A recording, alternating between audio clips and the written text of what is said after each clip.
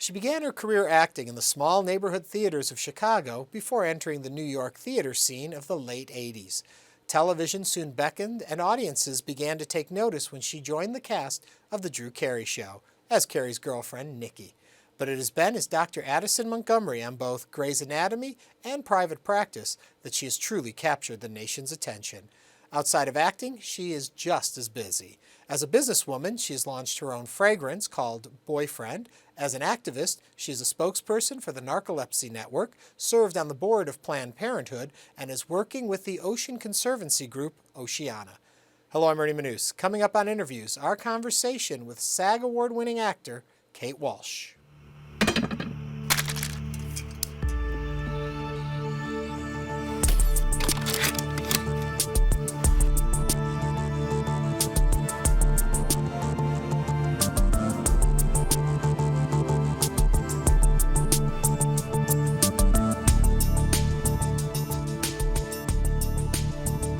What would you say are the most exciting things that fame has afforded you in life?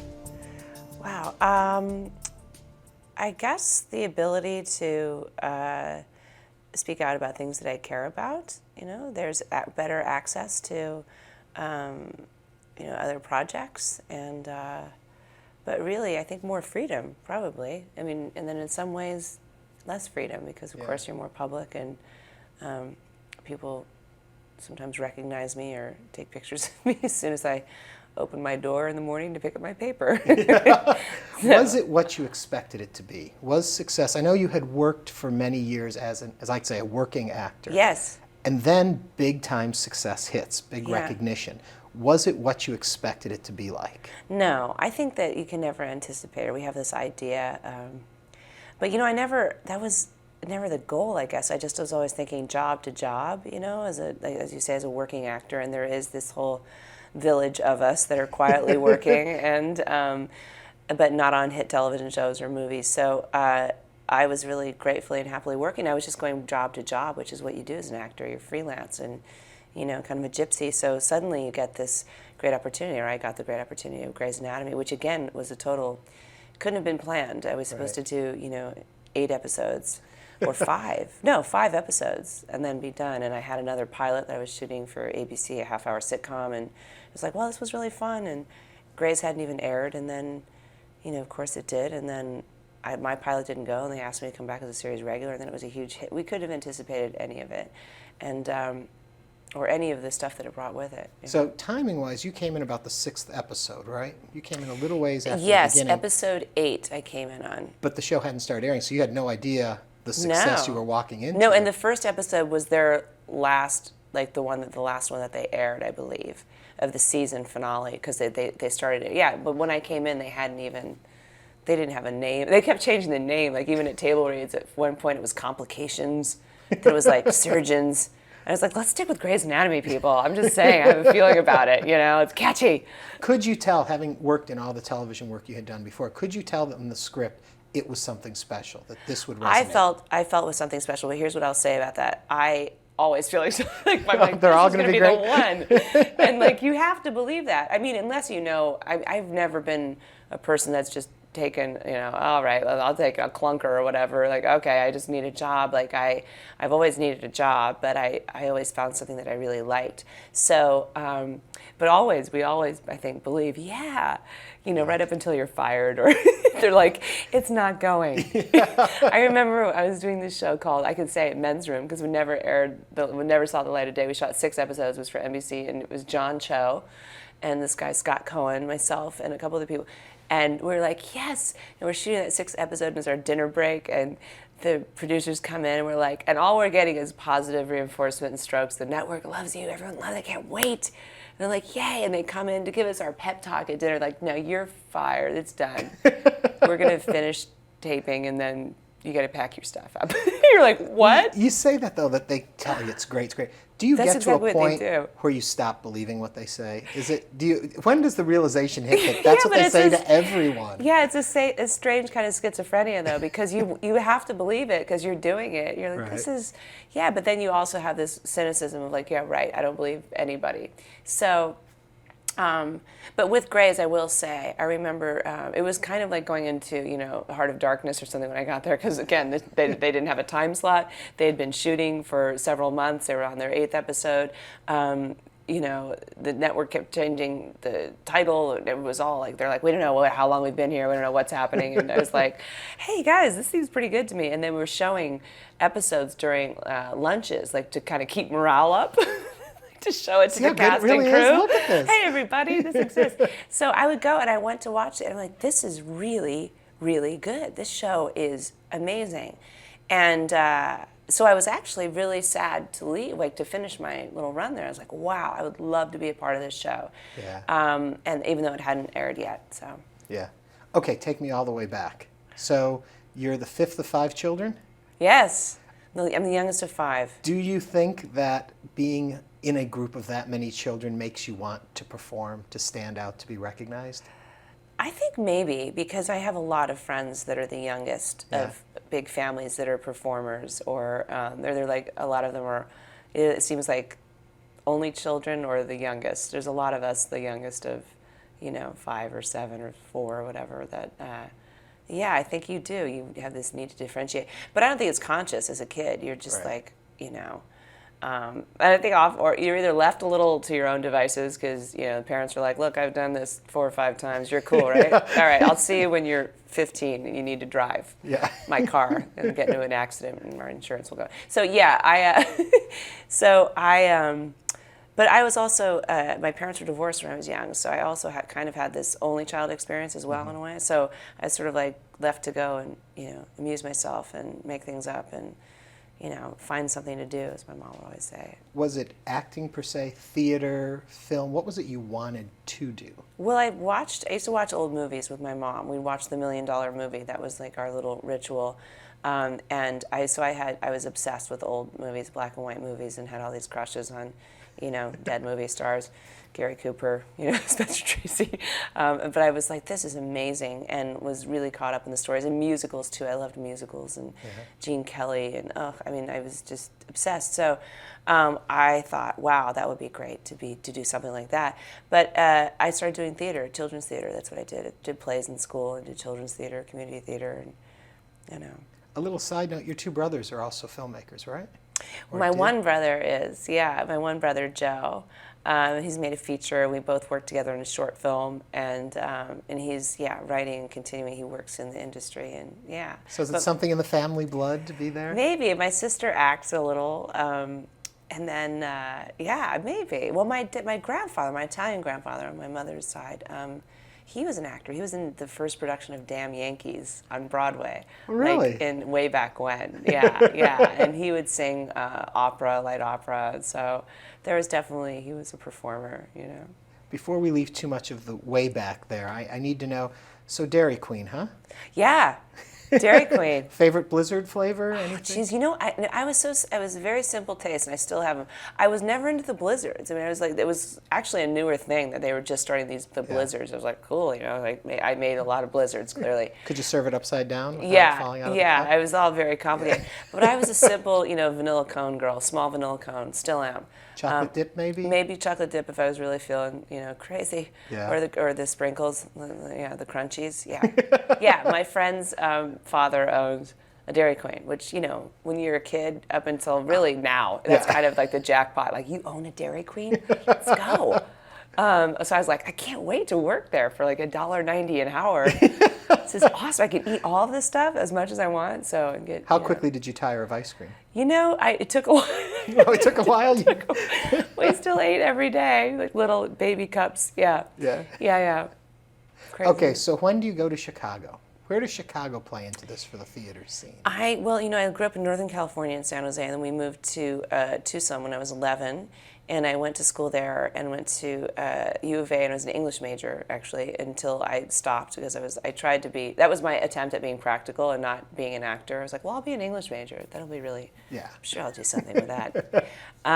So I left and started doing theater in Tucson, actually. There's this great woman that came from Chicago, from Northwestern, named Meg Nolan, and she'd started this theater company in Tucson called AKA Theater, and did like really incredible productions. So I started doing plays with them, and then improvising a lot too as an old improv group.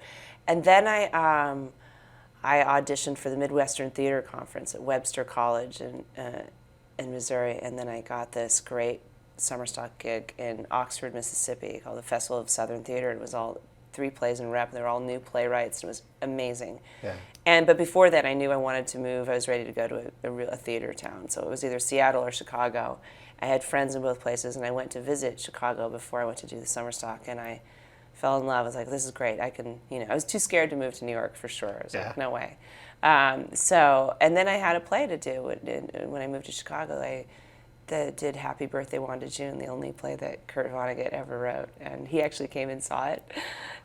What goes through your mind when you know he's in the audience? I was, of course, nervous. I love him. I was a huge fan. Am a huge fan. So but it was thrilling, with this little black box theater, stage left theater that's no longer there, and I was in Chicago for many years. Oh, were you? And the theater scene in Chicago, I think, is just amazing. And there's I'm no curious place why. like it. Why do you think it is that way there? I don't know if it's just that good Midwest work ethic that people are just really passionate about it. I don't know if it's the weather. I used to have all sorts of theories about Chicago. I lived there for 5 years. I'm like, maybe it's so cold here. People are forced to really be nice to each other. There was no one there that was looking to make it. They just want, like, I moved there, I'm like, I'd love to work at Steppenwolf. I never did work at Steppenwolf. But I worked at other great theaters in Chicago, but it was like, you weren't going there to try to get on a television show or to get famous. It was really because you love theater and love acting and love the craft, and you want to learn, you want to be the best you can be and work with great people. So I feel like Linda Lowy is the casting woman who, for Grey's Anatomy and Private Practice, she cast me in Under the Tuscan Sun, and she's married to a Chicago theater actor, Jeff Perry, who plays Meredith Grey's dad on Grey's, but also has been in amazing productions of everything. He's a great actor. But anyway, she has a real affinity for Chicago actors because there's that work ethic and that that real desire, and they're usually really talented. Did you notice a difference Except going for to me. New York then? And what do you mean, except for you? But did you notice a difference then with New York actors when you go there? Did you feel that they're all waiting for the break kind of thing? No. Still, I mean, New York is it's great theater. Right. It was just a difference. It is sort of still a small community. But for me, when I moved to New York, I remember thinking, okay, I just put in my time and cut my teeth in Chicago and got my equity card. And I didn't want to do, I was like, oh, it's going to take me a long time to get to know people here and get in the whole scene in the community. And so, and also I think the way my career has gone is I have my plans and then life happens. Right. When I moved to, Chicago, I was like, I will do theater and then I will subsidize the theater with voiceover and commercials. I mean, I did one commercial in my life. I couldn't book one to save my life, and in New York, I'm like, well, I'm going to go to New York and I will continue to do theater and do independent film. That's how it will go. And it's what happened was I did a downtown theater, the Ontological Theater, did a lot of improv, and then started working in television because that's what came to me. Yeah. So I feel like that's sort of been my life. You have your goals and ideas, and then you kind of go with what comes to you. And it was a good point for you to be in New York with television, because television had kind of left and then was back now. A lot more shows were being shot there. Yeah, well, and I went out, the first television show I did was an episode of Homicide, and John McNaughton was directing it, and he had directed this little movie called Normal Life. After Henry, Portrait of a Serial Killer, he did this movie, Normal Life, and he cast me. I was doing a play in Chicago, and they cast me from that for a small role, and then he cast me, then just gave me an offer to play in this guest spot on Homicide, which was great. And also terrifying, because he's the kind of director who's like, well, I hired you to act, go ahead, do your stuff. And I was like, well, I've never done a television show before, That's what I always wonder about, too. Actors who cut their teeth in the theater and then are on a real television set. It's totally all of a sudden, different it's like, okay, do your thing. Totally different medium.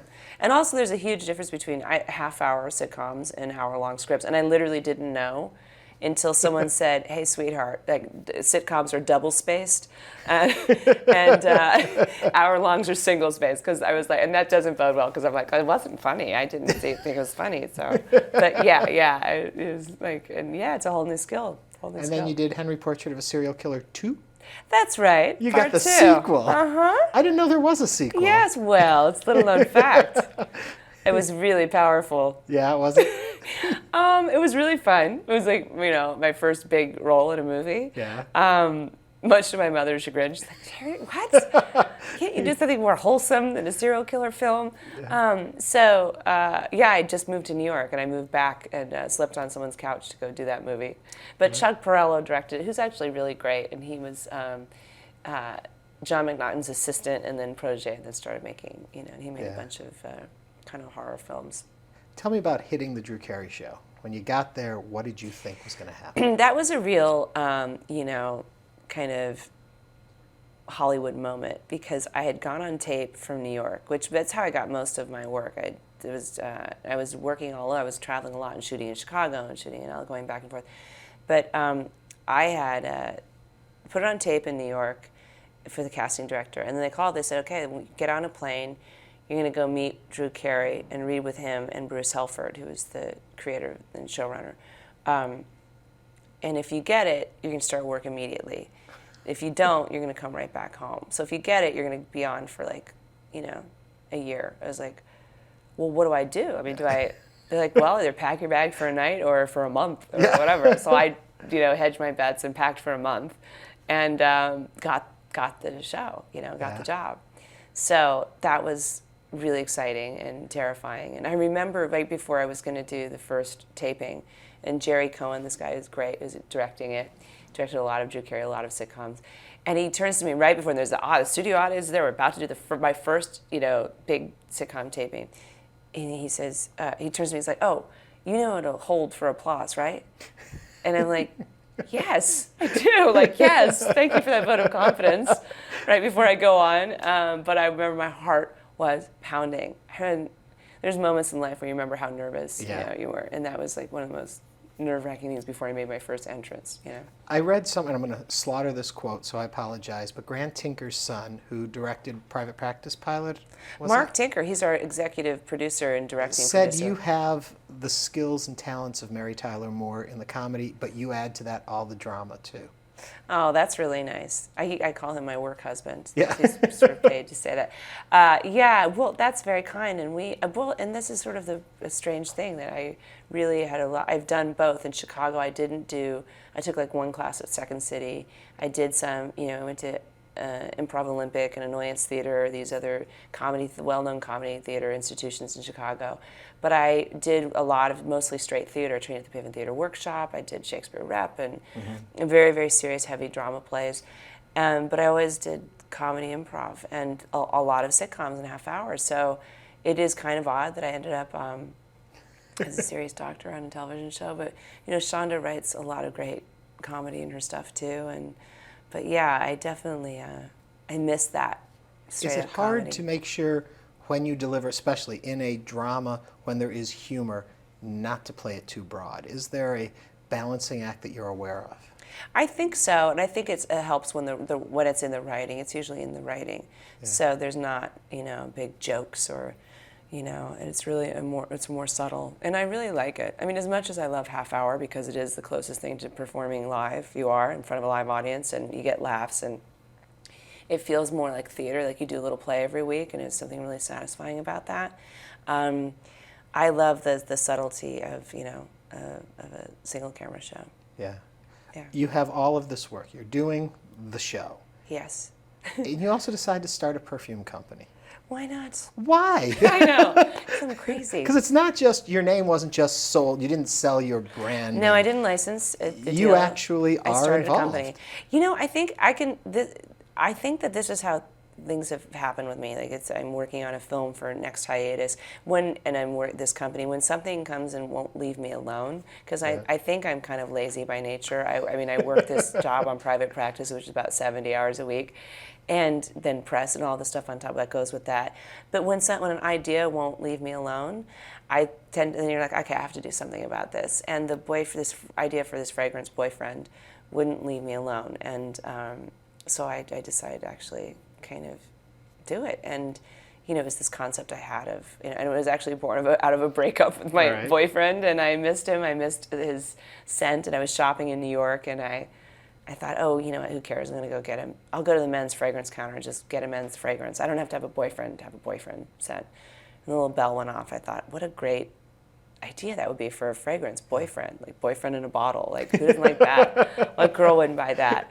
And then I kept thinking, actually, of all these little taglines and slogans, like, oh, my mother loves my boyfriend, you know, my girlfriends, all my girlfriends want my boyfriend, even my boyfriend likes my boyfriend, you know, all these little ding, ding, ding, ding, ding, like kind of ads and everything. But I let it go because I was not interested in doing a celebrity fragrance, because I thought, it annoyed me. You know, I've done endorsements. I did Cadillac ads. I've done plenty of endorsements and still do them.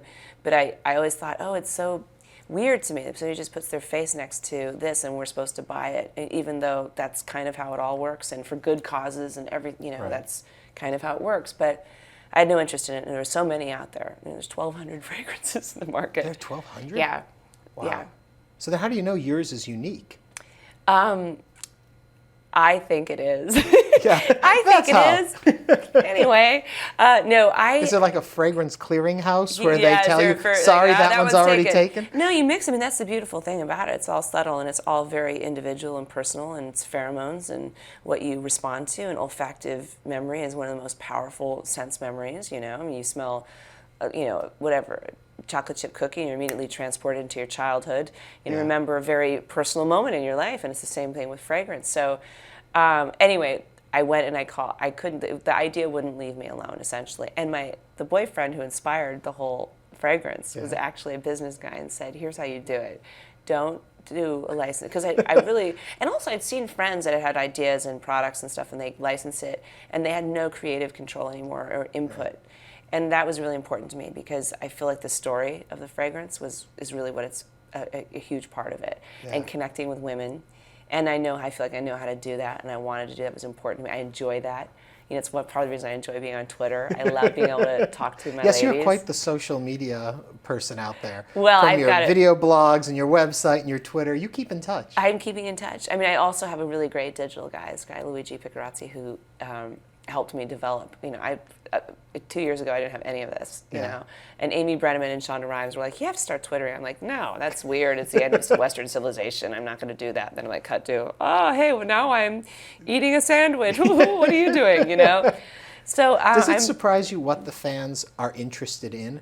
The tweets that get which reactions? Like, I'm eating a sandwich might get so much more than I've just found a way to end world hunger. You know what? Food is important to all of us. Yeah. I'm a huge foodie. I love eating. And so I always find that a good food tweet is going to get some response, especially from women. Like, we love to talk about food. I mean, boyfriends and food. What else is there? Oh, clothes.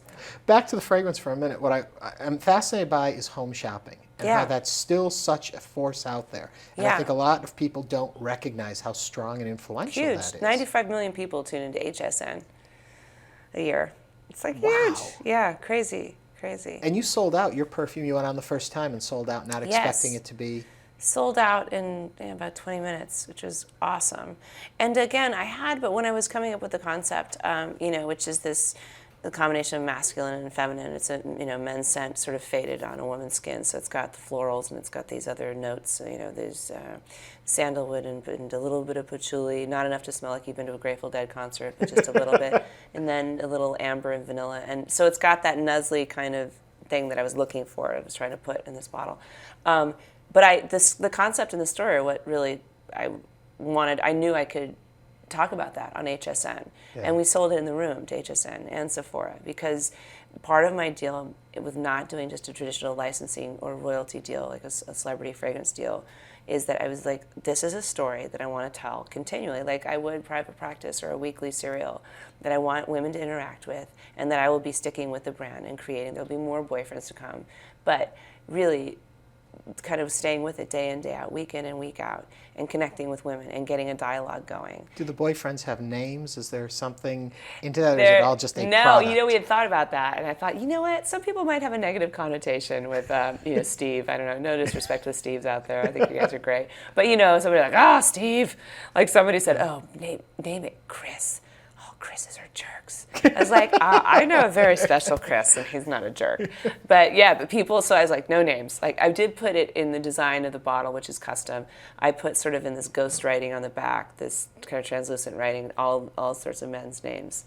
So, well, in the last couple seconds we have left, anything else hanging with you can't get rid of that you're going to do next? Yeah, there's a script that I'm working on for next hiatus, a comedy for me. So that's in the hopper, stirring it up. That between that and Boyfriend and the television program. Yeah. I've talked to a lot of people who have done series, and they say when the series is done, I don't want to do another series again. How about you? No, I would do another series. I don't think I could do, never say never, but I don't think I could do an hour-long, 22 episode show again. It's a lot of work. It's a lot of work. I think you do, and I've been so lucky that both Grey's and Private Practice have been so successful, and I'm really proud of the work, and I'm really proud of the shows and the social issues that they bring about, and I feel like that they're both a contribution to the culture, in addition to being soapy and sexy, that there's, amazing issues that Shonda's able to speak about and bring out, and, the writers, that is incredible that, Well, we are out of time. As much as I want to ask when you say about sexy, there were questions that came in about how nude did you get for some of your scenes? No, not very. Everything was all very PG. Yeah. And I'm laying there next to Taye Diggs, so who cares anyway? Life is good. Kate Walsh, thank you so much. A pleasure to have you. Thank you. Kate Walsh.